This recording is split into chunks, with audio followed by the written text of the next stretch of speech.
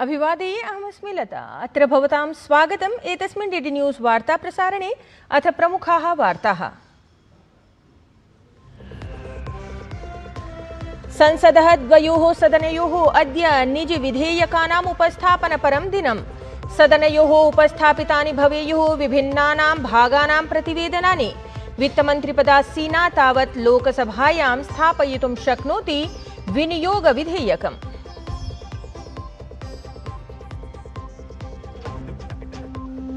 Thailand देशात् शीघ्रमेव भारतं प्रापयिष्येते Goa अग्निकाण्डस्य मुख्यारोपिणौ Luthra brothers इत्येतौ। Delhi न्यायालयात् नैव प्राप्तम् अग्रिमं निग्रहणम्। गोवारक्षिणः अजय गुप्तेन समं समाचरन्ति परिपृच्छाम्।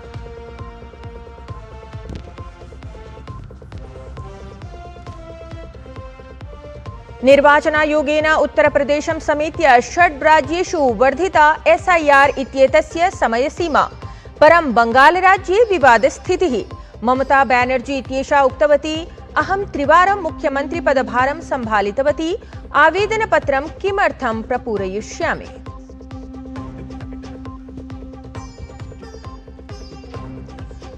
बांग्लादेशे अग्रिमे वर्षे फेब्रुअरी मासे भविष्यति संसदीयं निर्वाचनम्। शेख हसीनां विना खालिदा जिया इत्येतस्याः BNP जमानत इस्लामी इत्येतयोः च मध्ये भविष्यति स्पर्धा।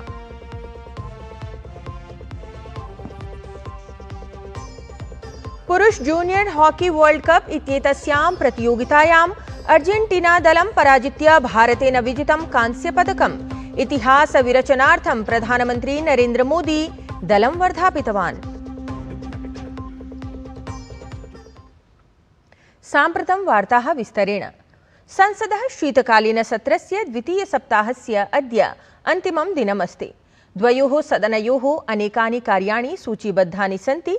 राज्यसभायाः वार्तां कुर्मश्चेत् निजसदस्यानां कार्याणां सङ्कल्पाः सूचीबद्धाः सन्ति। एतस्य अन्तर्गतं सांसदा सुधामूर्तिः बालेभ्यः निःशुल्कशिक्षाविषये प्रस्तावम् उपस्थापयेत्। सममेव सपा इत्येतस्य दलस्य सांसदस्य रामजीलाल सुमनस्य निजक्षेत्रे SC/ST आरक्षणम् उपस्थापयेत्। तत्रैव केरलराज्यतः सांसदः जॉन ब्रिटास इत्येषः केरले एम्स इत्येतस्य याचिकायां प्रस्तावम् उपस्थापयेत्। तत्रैव लोकसभायाम् ऐषमः विनियोगविधेयकं सदने उपस्थापनार्थं सूचीबद्धम् अस्ति। विधेयके चर्चायाः अनन्तरं वित्तमन्त्रिपदासीना निर्मला सीतारमणवर्या विधेयकम् अभ्युपगमनार्थं प्रस्तावम् उपस्थापयेत्। तावत् लोकसभायाम् अनेके सदस्याः विभिन्नेषु प्रकरणेषु सङ्कल्पम् उपस्थापयेयुः। एतेन सममेव अनेकेषां संसदीयस्थायिसमितीनां विवरणानि अथ प्रतिवेदनानि अपि उभयोः सदनयोः उपस्थापितानि भवेयुः। प्रधानमन्त्री नरेन्द्र मोदी संयुक्तराज्यामेरिकादेशस्य राष्ट्रपतिना डोनाल्ड ट्रम्प इत्येतेन सह दूरभाषगतं संवादं साधितवान्। उभाभ्यां नेतृभ्यां देशद्वयसम्बद्धां व्यापकवैश्विकरणनीतिकसहभागिताम् आलक्ष्य जायमानायाः प्रगतेः समीक्षणं विहितम्।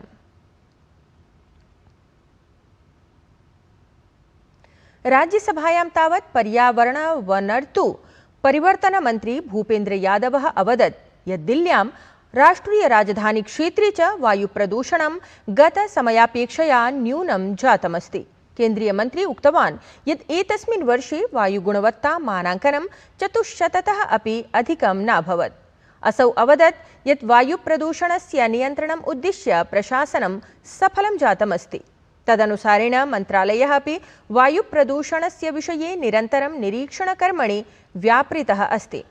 18अधिक-2000तमाब्दस्य तुलनायां प्रदूषणरहितदिनानां संख्या एतस्मिन् वर्षे वर्धिता अस्ति इति नूनं सुखावहं तथ्यम्। तत्रैव राज्यसभायां प्रश्नकालावधौ गतदिने प्रश्नान् समुत्तरन् पर्यावरणवनर्तु परिवर्तनमन्त्री भूपेन्द्र यादवः प्रत्यपादयत् यत् नगरेषु वायुप्रदूषणस्य मुख्यकारणस्वरूपाणि निर्माणविध्वंसनादिकार्याणि PM 2.5 इत्येतत् सदृशानि तत्त्वानि च सन्ति। तदनुसारेण वायुगुणवत्तास्तरम् उन्नेतुं सम्बद्धः मन्त्रालयः 30 अधिकैकशत संख्याकेषु नगरेषु कार्यं सम्पादयति इति। हवा में दो तरह के कण हवा में रहते हैं, PM10 जो कंस्ट्रक्शन, डेमोलिशन, गतिविधि, धूल के कण होते हैं, और दूसरा PM2.5 जो मुख्यतः कार्बन एमिशन के कारण होते हैं। पूरे देश में प्राणा पोर्टल बनाया है और एनकैप के माध्यम से देश के 130 शहरों में वायु गुणवत्ता को सुधार करने के लिए हम काम कर रहे हैं। विशेष रूप से जो गाइडलाइंस हमने निकाली है, जिसमें हम ये चाहते हैं कि PM2.5 और PM10 की मात्रा इन शहरों में कमी हो, उसके लिए विभिन्न प्रोत्साहन राशि हम लोग देते हैं। भाजपा इत्येतत् दलीयः नेता सुधांशुः त्रिवेदी राज्यसभायां प्रश्नकालावधौ भारतं लोकतन्त्रस्य माता इत्येवं निरूपितवान्। असौ अवदत् यत् भारते, जापान देशे, ऑस्ट्रेलिया देशे हि केवलं यथार्थतः लोकतन्त्रम् अस्ति इति। तत्रापि निरपेक्षं स्थायित्वसम्पन्नं सर्वतः जीवातुभूतं च लोकतन्त्रं तु भारते एव प्राप्तुं शक्यम् इति। भारत जो है वो मदर ऑफ डेमोक्रेसी है, मगर एक फैक्ट है जो शायद बहुत से लोगों को ध्यान नहीं रहता होगा। अगर आप पूरी दुनिया का नक्शा देखें तो ईस्टर्न यूरोप से लेके आप जापान तक चले जाइए तो केवल 3 ही डेमोक्रेसी हैं, भारत, जापान और ऑस्ट्रेलिया।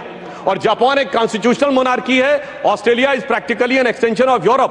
तो इस पूरे पूर्वी गोलार्ध में यदि एकमेव absolute, vibrant and consistent democracy है तो वो सिर्फ भारत है। और सिर्फ इतना ही नहीं है सभापति महोदय, आज दुनिया में लोकतंत्र के अंदर सिर्फ 34% जनसंख्या है, जिसमें 17% हम हैं।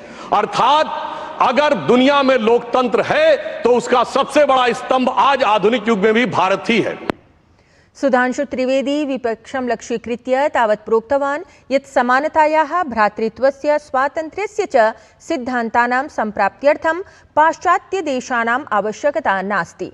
तथापि विपक्षः विदेशं गत्वा भारतस्य लोकतन्त्रगतां समस्यां प्रदर्शयितुं प्रश्नं करोति। बाबा साहब अम्बेडकर ने कहा कि समानता, बंधुता और स्वतंत्रता के सिद्धांत के लिए पश्चिम में देखने की आवश्यकता नहीं है, वो उपनिषदों में दिखाई पड़ेगा। मगर क्या बताएं सभापति महोदय, आज भी हमारे कुछ नेता जाके लंदन में खड़े होकर गुहार लगाते हैं कि भारत में डेमोक्रेसी को बचाना है। तो उनके लिए मैं एक लाइन कहना चाहूंगा कि अभी साज दिल में तराने बहुत हैं, अभी जिंदगी के फसाने बहुत हैं, डरे गैर पर भीख मांगो न फन की, जब अपने ही घर में खजाने बहुत हैं। विगत एकादश वर्षेषु एनडीए इत्येतत् दलीय प्रशासनेन सामाजिक शक्तीकरणम् अभिलक्ष्य ये पदक्षेपाः विहिताः, तेषां विषये केन्द्रीय सूचना प्रसारण राज्यमन्त्री डॉक्टर एल मुरुगन इत्यसौ विज्ञापितवान्। असौ एतस्मिन् विषये उक्तवान् यत् प्रधानमन्त्रिणः नरेन्द्र मोदिनः नेतृत्वे देशस्य महिलाः इतोपि शक्ताः जाताः सन्ति। डॉक्टर एल मुरुगन इत्येतस्य अनुसारेण एतदवधौ लिङ्गानुपाते उल्लेखनीया वृद्धिः जाता अस्ति। The first time in India, the gender ratio has reached 1020 women for 1000 men, as per the National Family Survey 5. We are all aware, Beti Bachao Beti Padhao, ये बहुत बड़ा स्कीम और Honorable Prime Minister implementing. When from 2014 we are seeing the result of that scheme. PM Awas Yojana, almost Gramin, 2.75 crore beneficiaries. Every family, they need a shelter. For that dream, our Honorable Prime Minister is fulfilling that dream of the houses those needed. केन्द्रीय जलपोताश्रय नौका जलमार्ग मन्त्री सर्बानंद सोनोवाल इत्यसौ वाराणसी नगरे देशस्य प्रथमस्य स्वदेशनिर्मितस्य hydrogen रूपेन्धन कोश सञ्चालितस्य पोतविशेषस्य उद्घाटनं कृतवान्। असौ अवदत् यत् एषा परियोजना आत्मनिर्भरभारतस्य भावनां संवर्धयति, यतः एतस्य जलपोतविशेषस्य निर्माणं भारते एव जातमस्ति। एतस्य जलपोतस्य सञ्चालनेन न येन कोलाहलरूपम् अथ सामान्यमपि वा प्रदूषणं न भविष्यति। तदनुसारेण प्रधानमन्त्रिणः मार्गदर्शने अत्रत्य पर्यटनविकासार्थम् एष पदक्षेपः विहितः अस्ति इति। राष्ट्रपतिपदासीनायाः द्रौपदी मुर्मुवर्यायाः मणिपुरस्य अद्य द्वितीयं दिनं भविष्यति। यात्रावधौ राष्ट्रपतिः इम्फाल् स्थितस्य नुपीलाल् स्मारक परिसरस्य यात्रां कुर्यात् अथ मणिपुरस्य वीरमहिला योद्धृभ्यः श्रद्धाञ्जलिमपि अर्पयेत्। ततः परम् असौ सेनापतिग्रामे एकां जनसभामपि सम्बोधयेत्, यत्र असौ जनपदेभ्यः विभिन्नानां परियोजनानाम् आधारशिलां स्थापयेत्, तेषाम् उद्घाटनं च कुर्यात्। गोवाग्निकाण्डस्य मुख्यारोपिणौ लूथरा ब्रदर्स् इत्येतौ थाईलैण्ड् देशात् शीघ्रमेव भारतं प्रापयिष्येते। दिल्लीन्यायालयात् ताभ्याम् अग्रिमं निग्रहणं नैव प्राप्तम् इत्यवधेयम्। तावत् गोवारक्षिणः दुर्घटनासम्बद्धेन अजयगुप्तेन समम् अपि परिपृच्छां समाचरन्ति। अवधेयं यत् अस्य मासस्य 6 दिनाङ्के रात्रौ दुरापन्ने गोवाग्निकाण्डे 25 जनाः मृताः आसन्। तत्रैव निर्वाचनायोगेन उत्तरप्रदेशं समेत्य 6 राज्येषु SIR इत्येतस्य समयसीमा वर्धिता अस्ति। परं बंगाले एतस्मिन् प्रकरणे विवादस्थितिः दृश्यमाना अस्ति। एतस्मिन् प्रकरणे ममता बैनर्जी इत्येषा उक्तवती यत् अहं 3 वारं मुख्यमन्त्रिपदभारं सम्भालितवती, किमर्थम् आवेदनपत्रं प्रपूरयिष्यामि इति। बांग्लादेशे अग्रिमे वर्षे फेब्रुवरी मासे संसदीयं निर्वाचनं भविष्यति। तत्र शेख हसीनां विना खालिदा जिया इत्येतस्याः BNP जमाते इस्लामी इत्येतयोः च मध्ये एषा स्पर्धा भविष्यति।